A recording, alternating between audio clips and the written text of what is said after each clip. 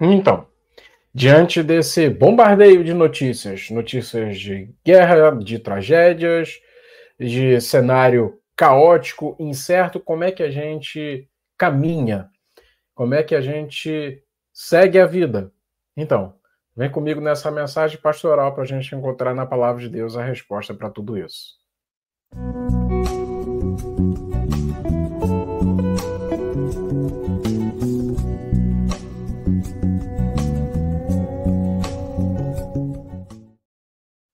A palavra de Deus é mais do que a gente consegue imaginar, mas a gente pode chegar a algumas conclusões, como, por exemplo, a palavra de Deus nos está o tempo todo apontando a direção para a gente seguir caminhando. E a palavra de Deus também é aquela que vai nos exortar, que vai nos encorajar, que vai nos fazer perseverar. Por isso, eu queria te convidar então para pensar nesse texto tão especial. 1 Tessalonicenses, capítulo 5, dos versos 4 a 11. Uma breve explicação. Nesse trecho da carta aos Tessalonicenses, aos crentes da cidade de Tessalônica, o apóstolo Paulo está falando a respeito da iminência da volta de Jesus Cristo e traz algumas informações importantíssimas para a gente conseguir entender um pouco como se dará a volta de Jesus. E nesse trecho que a gente vai estar lendo agora, ele vai falar um pouco de como é que a gente caminha diante desse grande desafio de permanecer confiando, aguardando a volta de Jesus. A partir do verso 4, então, nós encontramos o seguinte: mas vocês, irmãos, não estão nas trevas, para que esse dia os surpreenda como ladrão, o dia da volta de Jesus.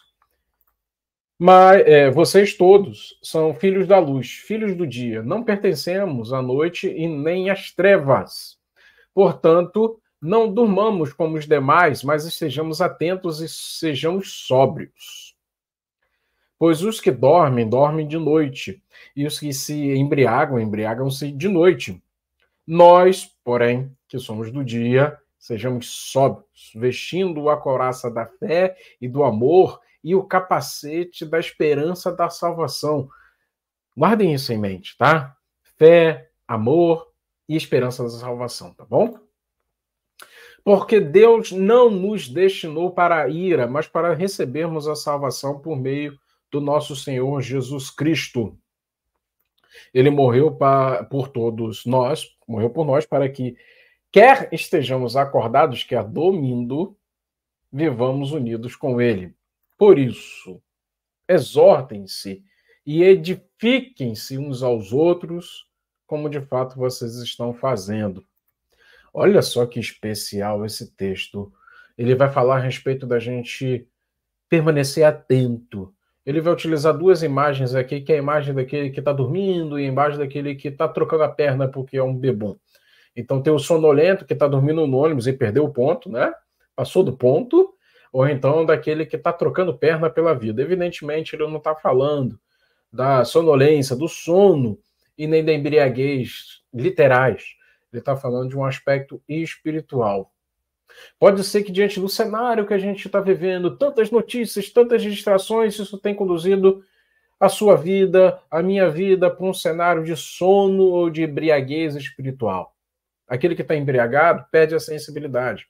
Aquele que está no sono perde a noção do tempo, não sabe o que está acontecendo, não sabe o que acontece ao seu redor. É preciso que nós sejamos atentos, não para cultivar uma certa paranoia em relação às coisas que acontecem à nossa volta, mas para que a gente não seja levado por uma espécie de insensibilidade, de letargia, que nos impede de caminhar. Uma coisa curiosa, muito especial, é que ele vai falar que é para a gente se comportar como aquele que está de dia, como aquele que é do dia, como aquele que é da luz. Então não dorme e nem está embriagado. Mas no versículo 10 ele reforça o seguinte: Jesus, ele morreu por nós, para que, quer estejamos acordados, quer dormindo, vivamos unidos a ele.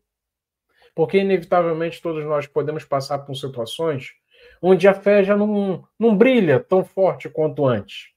Pode ser que de repente já não exista mais tanta vivacidade na nossa expressão de fé.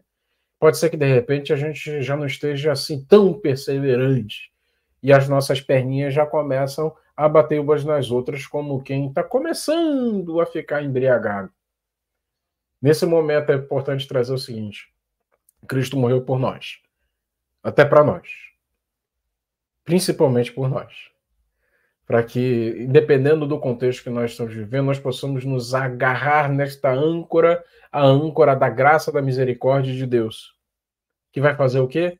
Vai utilizar da sua igreja para nos ajudar a superar esses momentos de fragilidade, esses momentos onde parece que, puxa, a minha fé já não queima tão forte no meu coração, e talvez eu já esteja assim, com aquele soninho espiritual, e eu já não estou tão acordado, já não estou tão atento, tão assim, numa conduta de quem está realmente desperto, para quem está acordado. Para então, quem está atravessando um cenário como esse, é na comunhão que a gente é abençoado para fugir de uma situação como essa, para ser liberto de uma situação como essa. Esse trabalho de exortação e edificação mútua uns aos outros é fundamental para que nós continuemos caminhando, para que a gente venha perseverar. Diante desse cenário de tantas notícias, guerras e tantas coisas trágicas que nos deixam tão assim assustados e perplexos, né? O que a gente deve fazer então? Devemos então lutar para estar na comunhão, porque se por algum instante você fraquejar, você terá teu irmão do teu lado, que irá te abençoar e te fazer acordar, fazer com que você saia desse estado de embriaguez, fazer com que todos nós continuemos caminhando e, dependendo do contexto, que nós venhamos estar ou passar. Essa é a palavra para você. Não se deixe levar pelas notícias à volta. Muito pelo contrário. Esteja atento a tudo que está acontecendo. Não para cultivar o medo no coração, mas para ter essa esperança da salvação. Vestido essa couraça da fé que protege e a couraça do amor, né? A couraça da fé e do amor. Fé e amor andando juntos, nos protegendo de todo mal. E esse capacete da salvação que protege as nossas mentes de repente, o medo que nos faz paralisar, as dúvidas que nos fazem trocar as perninhas, como quem já começa a estar embriagado. Mas tudo isso na comunhão. Fé e amor na comunhão. Que Deus abençoe a cada um de vocês. Forte abraço, fé em Deus e pé na estrada.